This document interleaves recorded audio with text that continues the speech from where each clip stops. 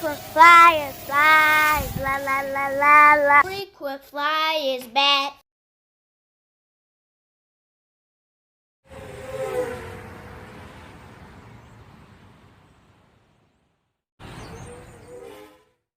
What's up? You checking out the Frequent Flyer, and this is the Hubsan X4 Plus Hornet.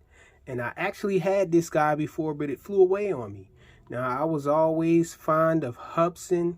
I always liked this design here, and so I just bought it again. This thing came from Amazon, and I think the reason that it flew away was because of the short range of the transmitter, or maybe the transmitter that I had was bad. These guys came out when altitude hold was just starting to make its boom into the industry. And usually with the altitude hold quads of nowadays, they've gotten to the point where it's usually well calibrated out of box. But this guy, it seems like you have to recalibrate it whenever you take this guy outdoors or indoors as well. The accelerometer works pretty good and everything, but it's just that the pressure sensor for the altitude hold, it seems like it's usually off and needs to be recalibrated. So once you recalibrate this thing, the altitude hold seems to work better indoors. It works better outdoors as well, as I found out from one of my flights with it that I'm going to show you guys. I took this guy out to a park and flew it around, and it flew pretty nicely. And so this one I like a little bit more than I like the camera version, just because of the fact that this one runs off the original Hubsan protocol. So as you can see, it's the normal Hubsan transmitter, except for it has altitude hold. So this left throttle stick here has auto centering action. So this guy flies pretty nicely. The yaw rate is pretty slow, very slow compared to Hubsan's usual yaw rates from the X4, but it's doable outdoors. It's not a very sporty flyer indoors because of that slow yaw rate and the altitude hold in combination. And so this guy, I would say, is mainly an outdoor flyer, but I wouldn't recommend flying this guy in a wide open space unless you was flying this thing with a multi-protocol transmitter. Now, that's the one good thing about this guy over the other camera version, is that this one is deviated the protocol, and so you can fly with multi-protocol transmitter and have great range with it and not have to rely on or think about if the transmitter is faulty or not.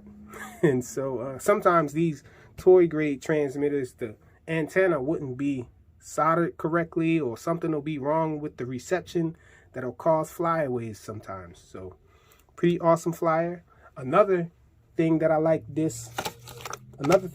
about this over the other one, the camera version, is that this one doesn't have a modular design for the batteries. In other words, it doesn't have proprietary batteries. It has these normal micro LoSi style connectors here. This is a 520 milliamp hour battery. It comes with one. I just had another battery that I threw in there for the flight. I did lose a prop, but it does come with extra props. It comes with this little prop protector here. And the instructions manual is in detailed English. It has a screwdriver in here as well. The transmitter takes 4 AAA batteries.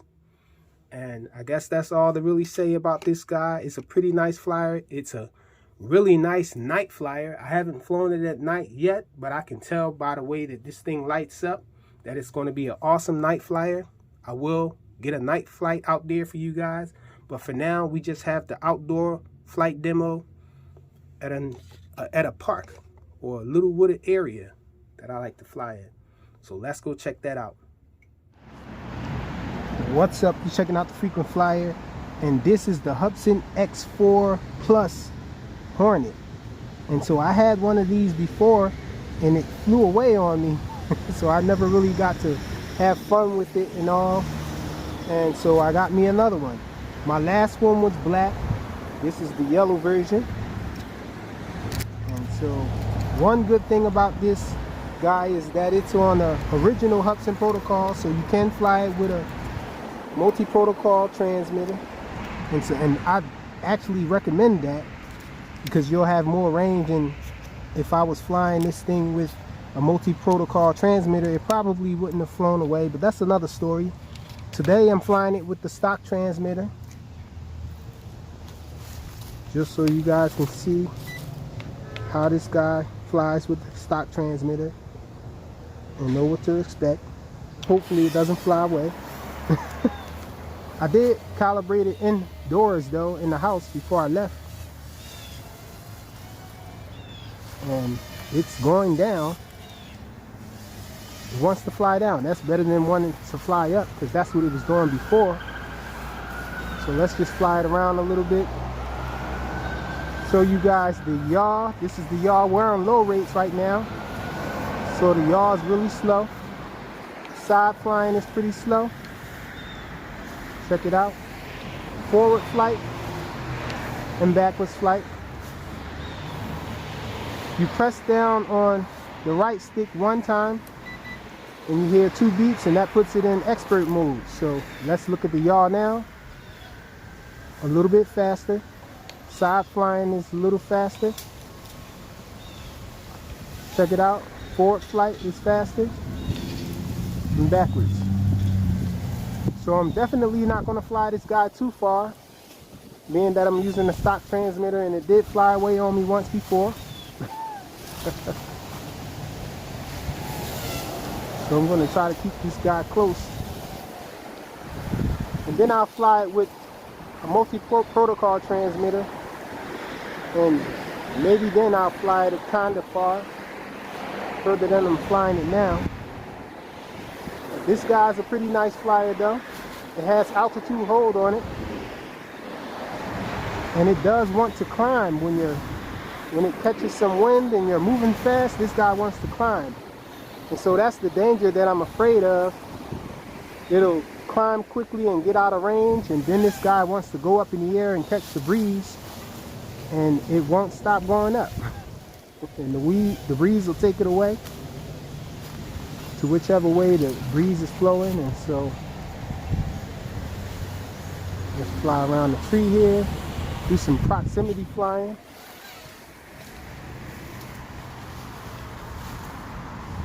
Yeah, you don't have much authority with the throttle when you're dealing with these altitude hold quads.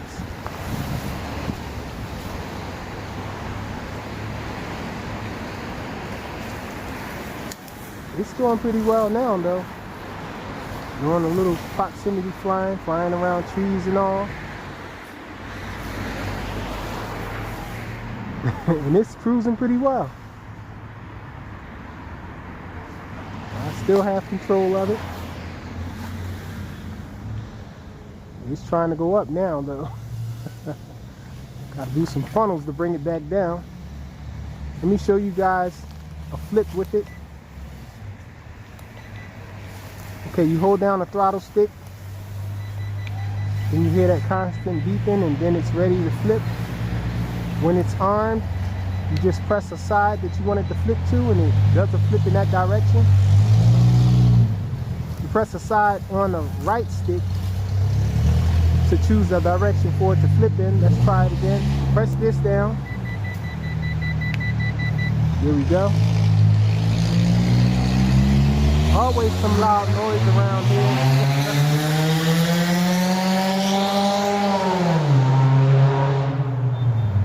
Always some loud noises around this area here.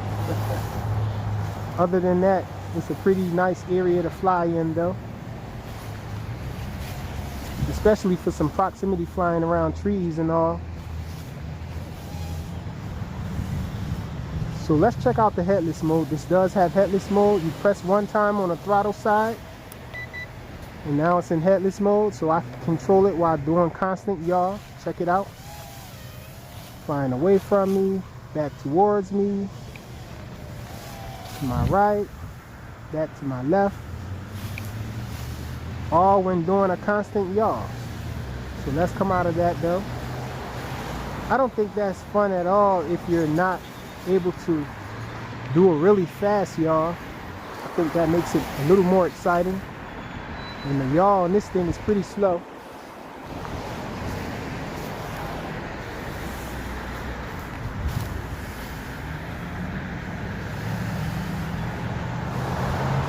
So I don't know, the range seems to be pretty good now flying with this guy in this area here.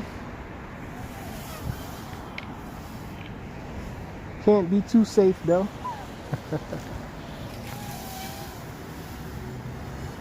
This is the best of a funnel we can do. They're boasting 11 minutes of flight with this guy, so oh. I guess we're not going to be able to test that because I crashed it. Banged out with it. Now I think if the yaw was a little faster, I would have been able to avoid that. So it looks like no damage has been done. Let's try to take off with her again. I don't know if I could do it with one hand here. Let's see if I could get the motor started with one hand.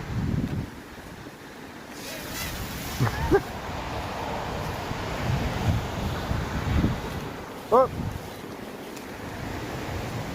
looked like headless mode was on, but we're back out of it, back under control.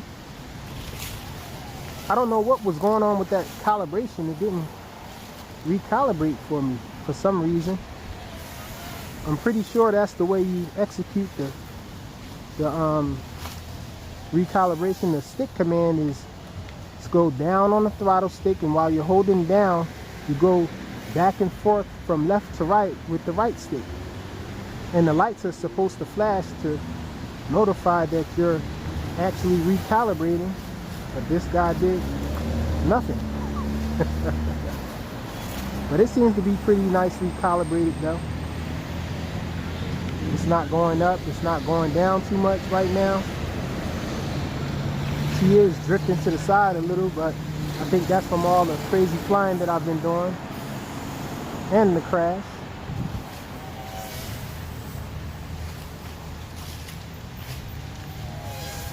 So in a small space like this, you can have some good fun with it and not worry about it really flying away. Maybe if you have trees like I have here, you might be worried about crashing it though.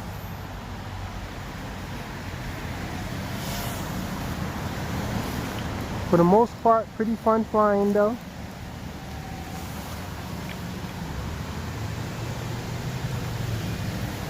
Doing my best to avoid these trees out here.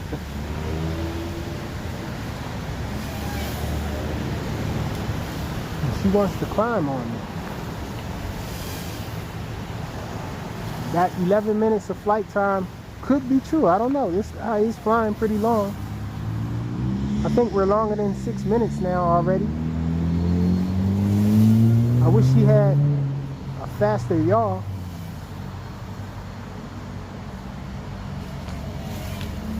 Oh, it'll be easier to avoid trees. Do some better proximity flight with it.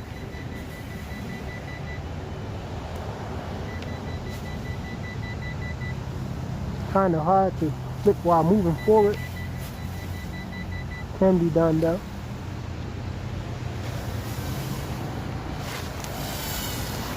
Check her out. From underneath.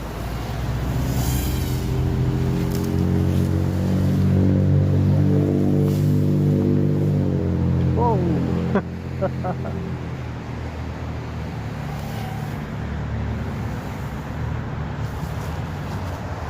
After a turn, it seems like she wants to climb.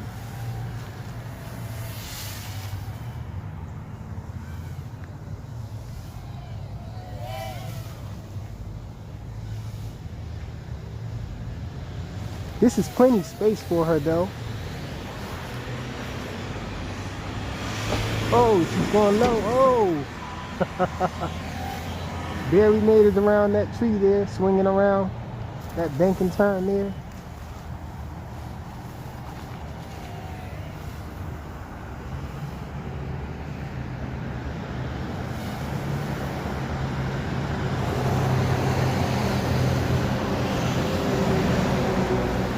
So this thing is a pretty nice flyer.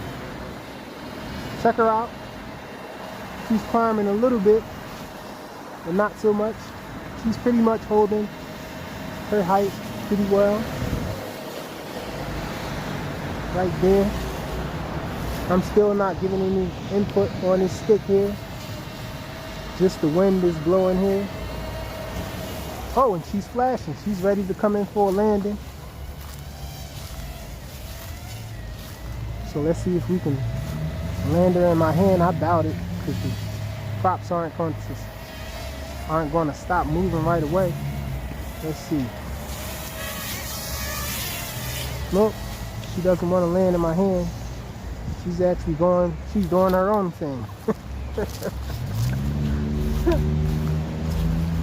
I lost all control. It just started going down.